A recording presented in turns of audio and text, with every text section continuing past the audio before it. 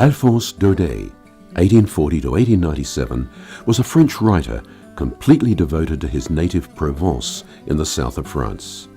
There he bought an old derelict mill, and it became the inspiration for one of his best-known works, Lettres de mon moulin, Letters from my mill, a series of short stories that capture the spirit, the warmth, the atmosphere, the very soul of his sunny Provence. When serialized in Paris papers around 1866, Daudet's letters at once caught the public imagination through their uniqueness, quality, and their freshness of theme. Imagine yourself on a cold, monochrome winter's day in a drab part of Paris in the late 1860s, nursing a heavy cold like I am on the Gold Coast at the moment, and reading the following story, The Oranges, Les Oranges. You can feel the warmth, see the orchards, the brilliant blue of the Mediterranean in the background, and almost taste the oranges.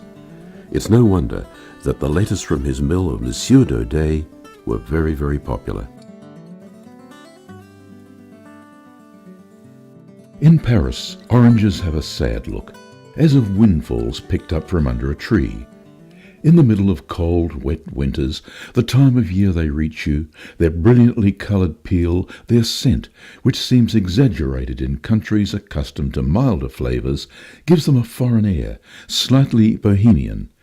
On misty evenings, piled in their little hand-barrows, under the dim light of a red paper lantern, they pass sadly along the edge of the pavements, a thin, monotonous cry lost in the noise and clatter of carriage wheels and omnibuses accompanies them. "A penny each, Valencia oranges!"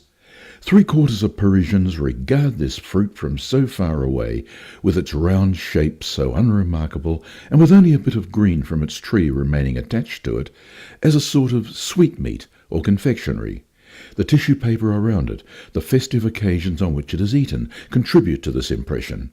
Especially around the beginning of January, the thousands of oranges scattered about the streets, the peel lying in the mud of the gutters, make you think of some gigantic Christmas tree shaking its branches laden with artificial fruit over Paris. Not a corner where you don't see them. In lighted shop windows, carefully selected and arranged, outside the gates of prisons and hospitals, among the packets of biscuits and the piles of apples, at the entrances to dance halls and Sunday shows, and their exquisite smell is mixed with the odour of gas, the noise of fiddles, and the dust of the theatre galleries. All this tends to make us forget that oranges come from orange trees, for the fruit comes to us direct from the south in bulging packing cases, while the tree makes only a brief appearance in our public gardens when it is brought forth, clipped, transformed and disguised into the open air from the hothouse where it has spent the winter. Really, to know oranges, you must see them where they belong, in the Balearic Islands, in Sardinia, in Corsica, in Algeria, in the golden blue air, the warm atmosphere of the Mediterranean. I recall a little orange grove outside the gates of Blida. That's where they are beautiful. Amidst the dark, lustrous, varnished foliage, the fruit had the vivid brilliance of stained glass, and made the surrounding air golden with that halo of splendour which surrounds vividly brilliant flowers. Here and there, gaps between the branches allowed a view of the ramparts of the little town, the minaret of the mosque, the dome of a shrine, and, over all, the enormous mass of the Atlas Mountains, green at their base, crowned with snow like a mantle of white fur frizzed in places the wrong way, the patches of newly fallen snow. One night during my stay there, owing to some inexplicable phenomenon unknown for 30 years, this belt of frosty winter shook itself over the sleeping town, and Blida awoke transformed, powdery white. In this so pure, so rare air of Algeria, the snow seemed like dust of mother of pearl. It had the sheen of white peacock feathers. Most beautiful was the orange grove. The solid leaves kept the snow compact and intact like ice cream on lacquered plates, and each orange with its powdering of frosty snow had a special smoothness, an unobtrusive radiance, like gold beneath a veil of white gossamer. It gave somehow an impression of church festivals. of red soutane under lace robes, of altar gildings covered with guipures.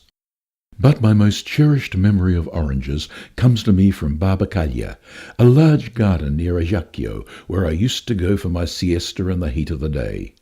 Here the orange trees, taller and more widely spaced than at Blida, descended as far as the road, which was separated from the garden by only a hedge and a ditch. Immediately beyond was the sea, the immense blue sea. What happy hours I passed in this garden! Over my head, the orange trees, in full bloom of flower and fruit, distilled in the burning heat the sheer essence of their scent. From time to time, a ripe orange, as if heavy with heat, would suddenly detach itself and fall near me on the open ground with a dull, echoless thud. I had only to stretch out my hand. Purple red inside, they were superb fruit. They seemed to me exquisite. And then so beautiful was the horizon. The sea interwove dazzling blue spaces between the leaves, like pieces of broken glass glittering in the hazy air.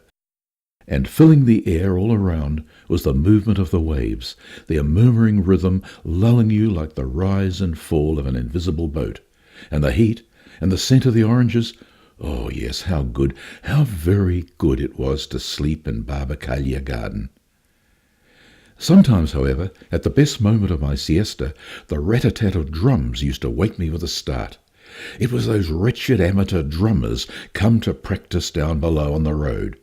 Through the holes in the hedge I would see the brass of the drums and the big white aprons over their red trousers. To protect themselves from the blinding light pitilessly reflected by the white dust of the road, the poor devils used to come and stand at the foot of the garden, in the narrow shade from the hedge. And then they beat their drums, and they were hot.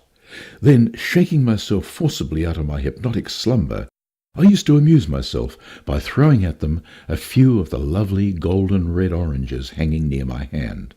The drummer aimed at would stop. There would be a moment's hesitation, a look around to see where the superb orange rolling in the ditch in front of him came from. Then he would snatch it up and take an enormous bite without even peeling it. I remember, too, that right next to Barbacalia, and separated from it only by a little low wall, was a rather bizarre little garden which I could see into from my higher position. It was a small patch of ground, laid out quite ordinarily, its sandy yellow paths bordered with deep green box trees. The two cypresses at its gateway gave it the look of one of the country house gardens around Marseille. At the far end, a white stone building had ventilation openings at ground level as for a wine cellar. At first I had thought it was a country house, but on closer examination I realized from the cross on its roof, from an inscription carved in the stone which I could make out without being able to read, that it was a Corsican family tomb. All around Ajaccio there are many of these mortuary chapels standing in the midst of gardens entirely on their own. There the family comes each Sunday to visit its dead. Seen in this way, death is less terrible than in the crowded confusion of cemeteries. Only the step of friends disturbs the silence. From where I was, I used to see a kindly-looking old man trotting sedately along the paths. All day long he pruned the trees, dug, watered, removed the wilted flowers with minute care. Then, at the setting of the sun, he would enter the little chapel where his family's dead were sleeping. He would replace the spade, the rake, the large watering cans. All was done tranquilly, with the serenity of a graveyard gardener. Yet, without his at all being aware of it, this good man worked with a kind of reverence, softening all noises and gently closing the door of the vault each time, as if he feared to waken someone.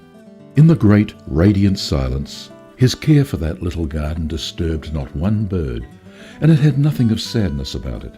It only made the sea seem more immense, the sky more high, and this siesta without end amid the ever-restless, ever-triumphant life forces of nature diffused all around it the feeling of eternal rest.